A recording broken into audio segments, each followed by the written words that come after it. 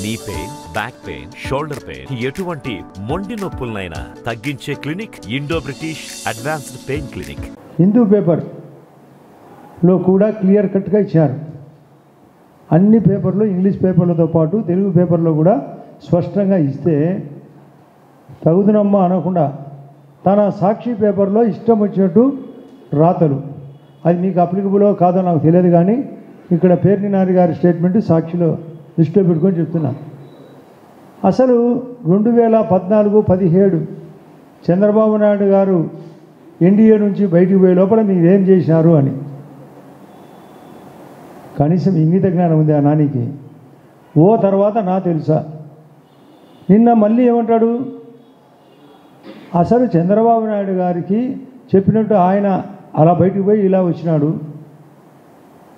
ఆయన్ని ఎలా నమ్మొచ్చు అని. మీకు తెలుసో లేదో, నితీష్ కుమార్ గారు అలా పోయి ఇలా రావడం, ఇలా పోయి అలా రావడం ఎన్నిసార్లు జరిగింది రాజకీయ పరిస్థితులు బట్టి. మళ్ళీ ఇప్పుడు నితీష్ కుమార్ గారు ఎన్డీఏలో ఉన్నాడు.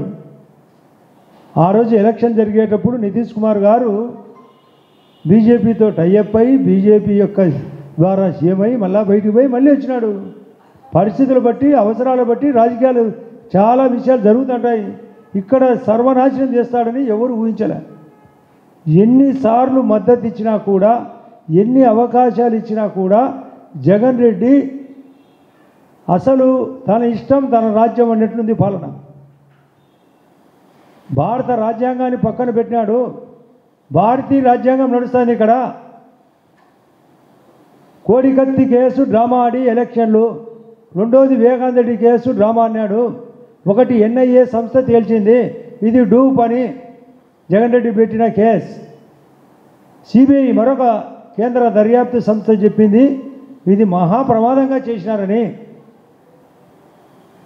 అసలు వాళ్ళే చంపుకోవడం ఏంది, వాళ్ళే మళ్ళీ ఇది గుండెపోటు అనడం ఏంది, గుండెలో పోటు అనడం ఏంది, ఇది ఒక నిమిషం, ఇది వాళ్ళ ఇష్టం వచ్చినట్టు మాట్లాడడం. అభివృద్ధి విషయానికి వచ్చినప్పుడు ఆ 3 ఏళ్ల పాటు ఏపీకి న్యాయం జరగలేదా? ఆయన రాజకీయ సమీకరణలో నాకు ఎక్కడ స్టేటస్ ఇవ్వలేదనే ఆలోచనతో చంద్రబాబు నాయుడు గారు బయటకు పోయినాడు.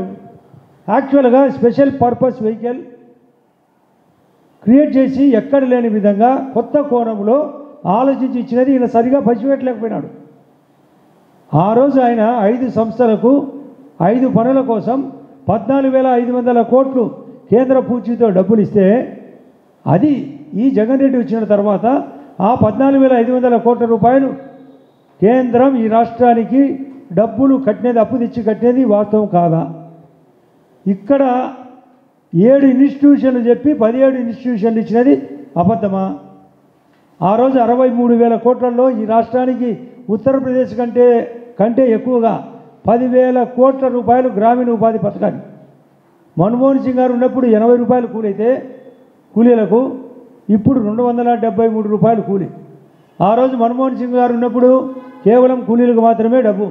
ఈయన వచ్చిన తర్వాత 18 ఐటాలకు, అది మెటీరియల్ కాంపోనెంట్ పేరుతో పల్లెలకు సిమెంట్ రోడ్డు కానీ, గ్రావెల్ రోడ్డు కానీ, డ్రైనేజ్ కానీ, లేదా స్కూల్ బిల్డింగ్ కానీ, సచివాలయం కానీ, అంగన్వాడీ బిల్డింగ్ కానీ, వెటనరీ బిల్డింగ్ కానీ, లైబ్రరీ బిల్డింగ్ కానీ 90% నిధులు కేంద్రం ఇచ్చినది వాస్తవం కాదా? పక్కనే మంగళగిరిలో all India institute of medical science ఇచ్చినది నిన్న మోడీ గారు స్పష్టంగా ఏమేమి ఇన్స్టిట్యూషన్లు ఇచ్చినది ఆ రోజు మళ్ళీ ఇచ్చినది వాస్తవం కాదా? అంటే మోడీ గారు డైరెక్ట్గా చెప్పలేదన్నాడు.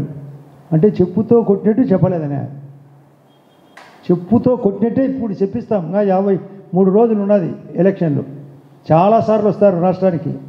కేంద్రం పెద్దలు మేము అందరం కలిసి మీరు కోరుకుంటున్నారు కదా, ఇట్లా కాదు ఎట్లా చెప్పాలని. ఇప్పుడు అర్థం కాదా? డబుల్ ఇంజన్ ప్రభుత్వం అంటే అర్థం కాదా?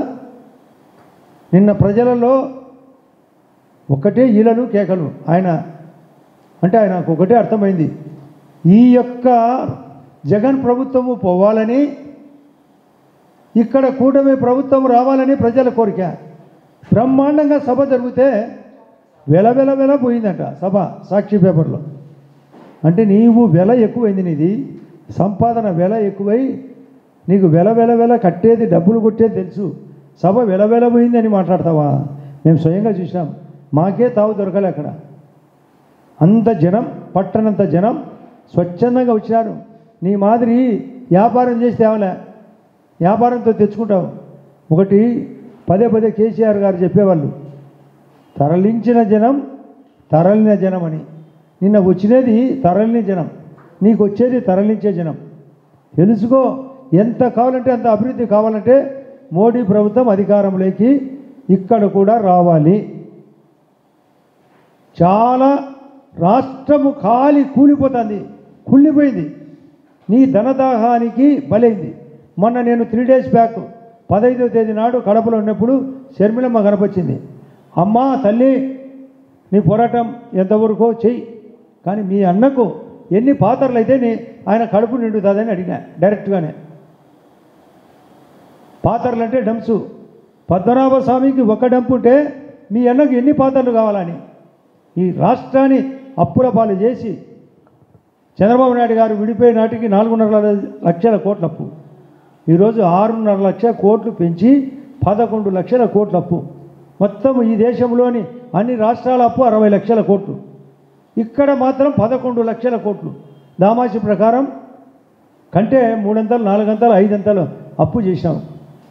ఏందో నేను నొక్కినా ఏంది నొక్కినది నువ్వు? అందరికీ చిన్న చిన్న స్కీములు, చాక్లెట్లు, బిస్కెట్లు, కమ్మరకట్టలు, పల్లెలో చెప్తుంటారు కమ్మరకట్టలు, లాలీపాపులు ఇచ్చేది, నువ్వు మాత్రము బటర్ తినేది. నీ ఇష్టం. మీరు మీ మంత్రులు, మోడీ గారు చెప్పలేదా నిన్న? మీరు మీ మంత్రులు చేసినది అవినీతి కాదా? అమరావతిని నాశనం చేయలేదా? అమరావతిని పోలవరం కట్టారు, నీకు బాధ్యత లేదా? అక్కడ పోలవరం పూర్తయితే సాగర్ నుంచి నీళ్లు కిందికి పోయితే గోదావరి వాటర్ బ్రహ్మాండంగా పుష్కలంగా పంటలు పండేటి, కృష్ణా వాటర్ కంటే. ఈ నీళ్లు వాళ్ళకు రన్ అయితే మా రాయలసీమ కూడా నీళ్లు పారేటి. ఈసారి కరువు వచ్చింది. రోజా చెప్తాది ఒకసారి, అమ్మ జగన్ రెడ్డి గారు ఉంటే వర్షాలు వస్తాయంట. ఎక్కడ వర్షమే రాలేదు ఈసారి. కరువు ప్రకటించేది రాదా? వర్షం చుక్క పడకుంటే రాయలసీమలో కరువు ప్రకటించలేవా? అంటే నీ కళ కనపడదా? నీ పులివెందులలో పంటలన్నీ నాశనం అనేది తెలియదా? ఫసల్ బీమా యోజన ఇస్తే దాన్ని తుంగలో దక్కినావు. 25 లక్షల ఇళ్ళు ఇస్తే 2.5 లక్షల ఇళ్ళు కట్టవు. గ్రామీణ ఉపాధికి డబ్బులు ఇస్తే అది ముందుకు తీసుకుపోవు.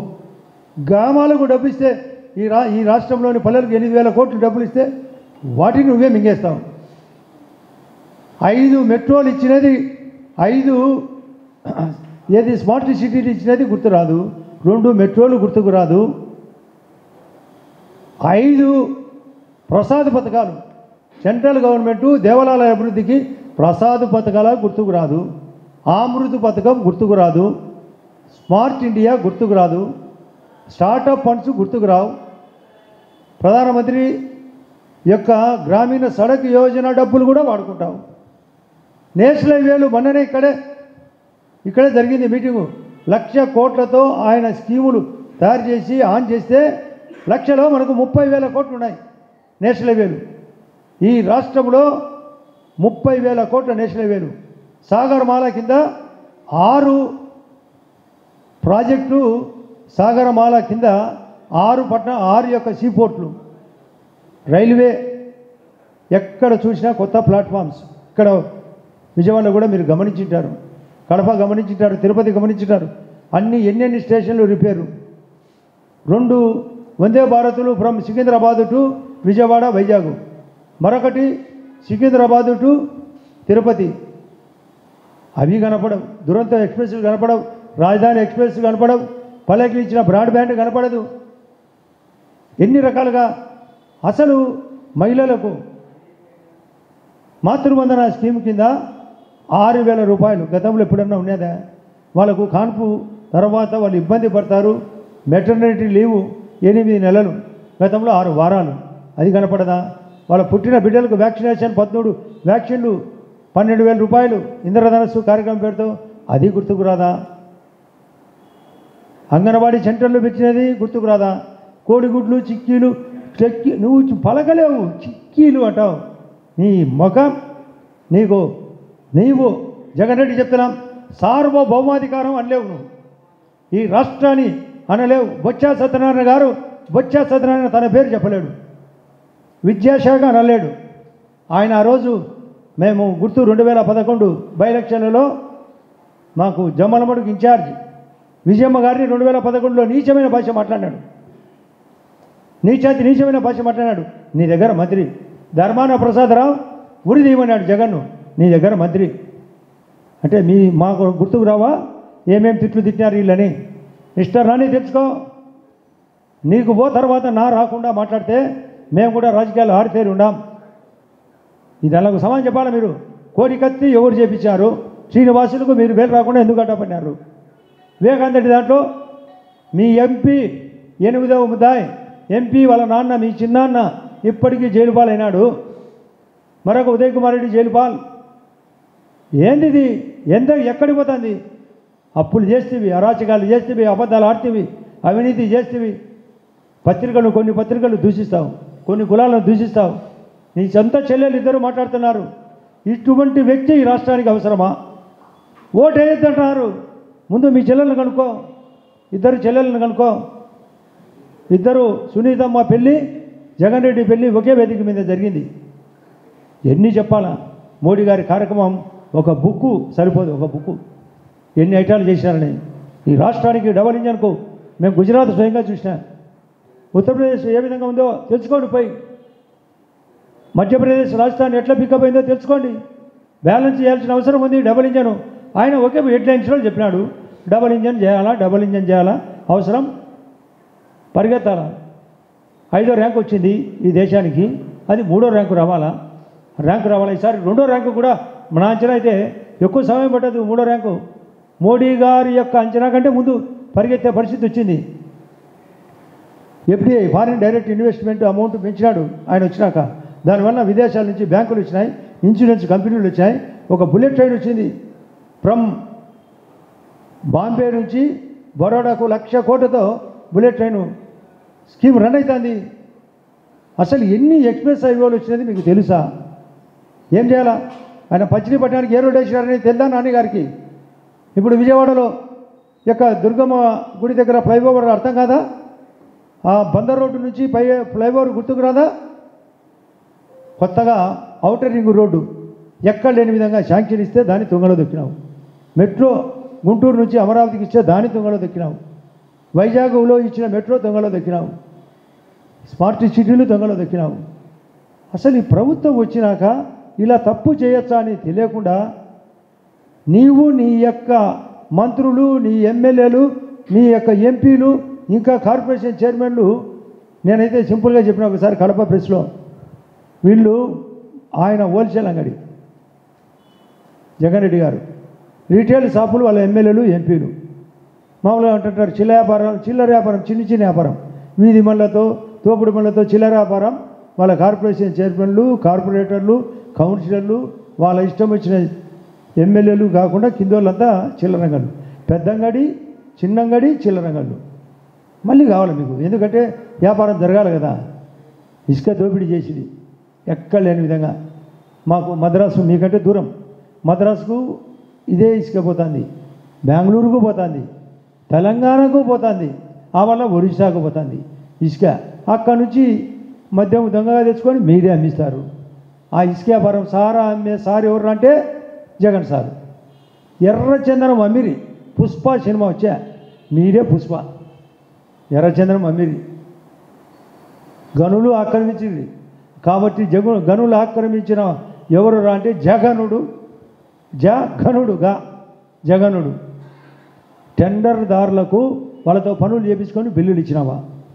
గ్రామీణ ఉపాధి డబ్బు నువ్వెట్లా పడతావు? గ్రామాలకు ఇచ్చిన డబ్బు నువ్వెట్లా పడతావు? జలజీవన మిషన్కు 19,000 కోట్లకు గాను మేము 9,500 కోట్లు ఇస్తామని ఒక 3,000 కోట్లు డబ్బు ఇస్తే నువ్వు వాడలేదా?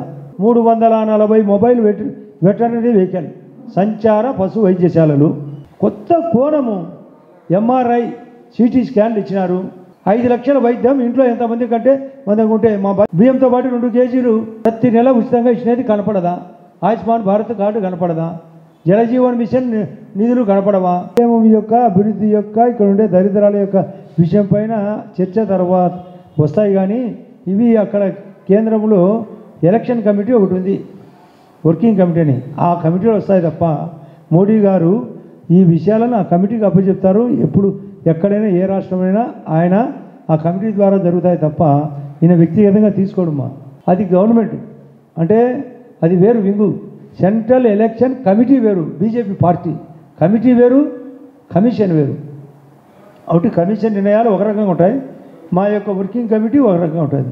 కమిటీ నిర్ణయం తీసుకుంటుంది, వీటన్ని వీళ్ళు రాసినది, ఇక్కడ ఉండే 10 సీట్లు ఎలా, ఇట్లాంటివన్నీ వాళ్ళు తీసుకున్నాక త్వరలో డిసైడ్ చేసి డిక్లేర్ చేస్తారు. రైట్ మా. ఒకళ్ళు ముఖ్యమంత్రిగా రాష్ట్రాన్ని అపఖ్యాతి పాలు చేశారు, అవినీతి పాలు చేశారు. ఈ అవినీతి విషయంలో మాట్లాడినాం, మేము అన్నాం, ఆ రోజున అన్నాం, లేకపోతే ఆయన అన్నాడు అవినీతి పని మోడీ గారు అన్నారని చెప్పాడు. అవినీతి చక్రవర్తి అని పుస్తకం రాశారు. ఆ పుస్తకం మీరు ఏడబెట్టారు చెప్పమని చెప్పి రాష్ట్ర ప్రజలు అడుగుతూ ఉన్నారు. పుస్తకం సంగతి చెప్పండి. భారతీయ జనతా పార్టీ బురదలో ఉంచి పుట్టినటువంటి కమలం పువ్వు. మాకెక్కడ మకిలండేటువంటి అవకాశం, అవినీతి మరకలు పడేటువంటి అవకాశం లేదు. 9 ఏళ్ల పాటు ఈ దేశాన్ని అవినీతి మచ్చ లేకుండా పరిపాలించినటువంటి ప్రధానమంత్రి నరేంద్ర మోడీ గారు ఇచ్చినటువంటి నిన్న ఉపన్యాసం ఏదైతే ఉందో ఆంధ్ర రాష్ట్ర భవిష్యత్తు కోసం వికసిత భారతంతో పాటుగా వికసిత ఆంధ్రప్రదేశ్ కావాలని చెప్పినటువంటి పరిస్థితి. దయచేసి గుర్తుంచుకోమంటాం, ఏదైతే మాట్లాడుతూ ఉన్నారో ఆ రాళ్లన్నీ మీకే తగులుతాయి. రాళ్లని పూలగా మార్చి కమలం పువ్వు గుర్తు మీద ఓటుగా మార్చుకునే శక్తి భారతీయ జనతా పార్టీకి ఉంది. కానీ మీరు అవినీతిలో ఉండి ఆ అవినీతిని ఏదైతే బురద వంటి నిండా రాసుకొని దొంగతనాలు చేసి అక్రమాలు చేసి జైళ్ళకి వెళ్ళి కేసుల్లో ఉండి నిత్యం జనంతో తిట్టించుకునేటువంటి మీరు భారతీయ జనతా పార్టీ వైపు మాట్లాడితే మా పెద్దలాంటి వాళ్ళు అనేక మంది మాట్లాడతారు. తస్మాత్ జాగ్రత్త అని చెప్పి హెచ్చరిస్తా ఉన్నాం. మరిన్ని వీడియోస్ కోసం ఛానల్ ని సబ్స్క్రైబ్ చేయండి, లేటెస్ట్ అప్డేట్స్ కోసం వాట్సాప్ ఛానల్ ని ఫాలో చేయండి అండ్ లింక్ డిస్క్రిప్షన్ లో ఉంది.